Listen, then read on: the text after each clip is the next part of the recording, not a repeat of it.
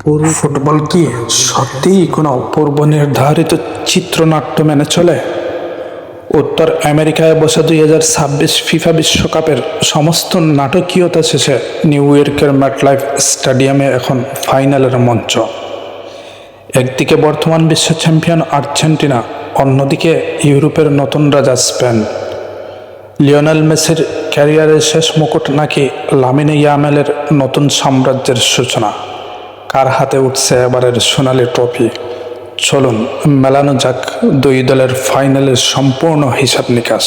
ফাইনালের পথটা দুই দলের জন্য কিন্তু মোটেও এক ছিল না। ফুটবল বিশ্লেষকদের মতে নকআউট পর্বে আর্জেন্টিনার পথটা ছিল তুলনামূলক সহজ। কোনো ট্র্যাডিশনাল ফুটবল পরাশক্তির মুখোমুখি না হয়েও কিন্তু আর্জেন্টিনাকে প্রতিটা ম্যাচ জিততে হয়েছে অতিরিক্ত সময় বা শ্বাসরুদ্ধকর নাটকীয়তায়। আর অন্যদিকে স্পেনকে পার হতে হয়েছে আক্ষরিক অর্থেই মৃত্যুকূপ বা রুট অফ ডেথ। নকআউটের প্রতিটি ধাপে তাদেরকে লড়তে হয়েছে ইউরোপের ভাগা ভাগা সব জায়ান্টদের বিরুদ্ধে। রাউন্ড অফ 16 ক্রিস্টিয়ানো রোনালদোর পর্তুগাল, কোয়ার্টারে বেলজিয়ামের গোল্ডেন জেনারেশন, আর সেমিফাইনালে শক্তিশালী ফ্রান্স। ইউরোপের সেরা দলগুলোকে একে একে গড়িয়ে দিয়ে ফাইনালে এসেছে লা রোজা। এই ফাইনালটি আসলে টুর্নামেন্টের সেরা আক্রমণভাগ বনাম সেরা রক্ষণভাগের লড়াই।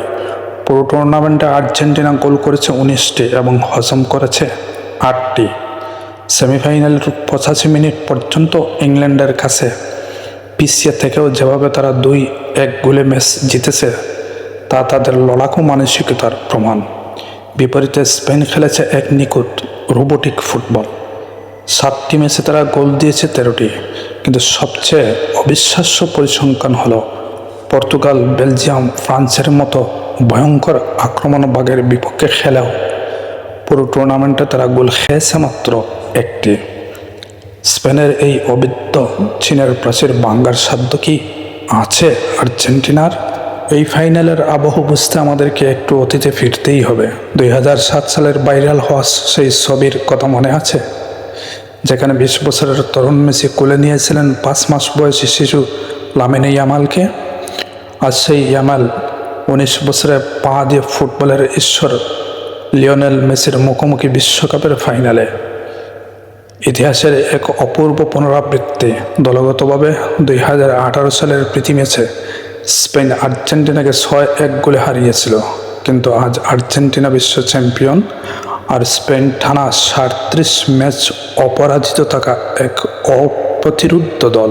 ফাইনালের ট্যাকটিক্যাল যুদ্ধে সুপার কম্পিউটার সহ আন্তর্জাতিক মিডিয়া ফেভারিট ধরছে স্পেনকে, কারণ তারা কঠিন প্রতিপক্ষের হারিয়ে অনেক বেশি আত্মবিশ্বাসী। তবে ম্যাচ যদি 90 মিনিটে পেরিয়ে 120 মিনিটের অতিরিক্ত সময়ে গড়ায়, তবে আর্জেন্টিনার পাল্লা ভারী হবে। কারণ এই টুর্নামেন্টে ইতিমধ্যে 2টি ম্যাচ অতিরিক্ত সময়ে খেলার এবং জেতার অভিজ্ঞতা রয়েছে আর্জেন্টিনার। স্পেনের তরুণদের গতি বনাম আর্জেন্টিনার অভিজ্ঞতার সোয়ালবদ্ধ লড়াই দেখার জন্য প্রস্তুত তো ফুটবল বিশ্ব। নিউ ইয়র্কের আকাশে ফুটবলের এক নতুন ইতিহাস লেখা হতে যাচ্ছে। স্পেনের ভাগা ভাগা দল হারানোর আত্মবিশ্বাস নাকি আর্জেন্টিনার চ্যাম্পিয়ন ডিএনএ? শেষ হাসি কে হাসবে? আপনার প্রেডিকশন কি? আর্জেন্টিনা নাকি স্পেন? এখনই কমেন্ট বক্সে স্কোরলাইন লিখে জানান।